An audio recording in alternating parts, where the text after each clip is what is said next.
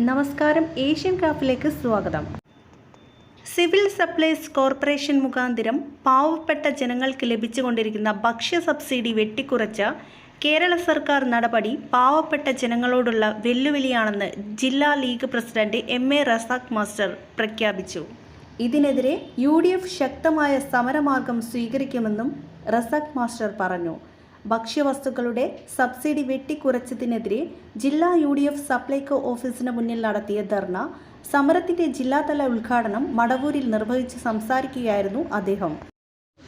അവശ്യ സാധനങ്ങളുടെ വില കുതിച്ചുയർന്ന സാഹചര്യത്തിൽ മാവേലി സ്റ്റോറിലെ സാധനങ്ങൾക്ക് 680 രൂപ കിട്ടിയിരുന്ന ഇടത്തിൽ 940 രൂപ കൊടുക്കേണ്ട ഒരു അവസ്ഥ വന്നു. അവശ്യ സാധനങ്ങളായിട്ടുള്ള ഒന്നും തന്നെ മാവേലി സ്റ്റോറിൽ ലഭിക്കുന്നില്ല എന്ന് മാത്രമല്ല, ക്രമാതീതമായ വർധനവ് സബ്സിഡി എടുത്ത് കളഞ്ഞുകൊണ്ട് വർധനവും വരുത്തിയിട്ടുള്ള ഗവൺമെൻറ് നയത്തിൽ പ്രതിഷേധിച്ചുകൊണ്ടാണ് ഈ ധർണ നടക്കുന്നത്. പഞ്ചായത്ത് UDF ചെയർമാൻ കെ. കുഞ്ഞാമോ അധ്യക്ഷത വഹിച്ചു. Block Congress president P. Sasi master മുഖ്യപ്രഭാഷണം നടത്തി.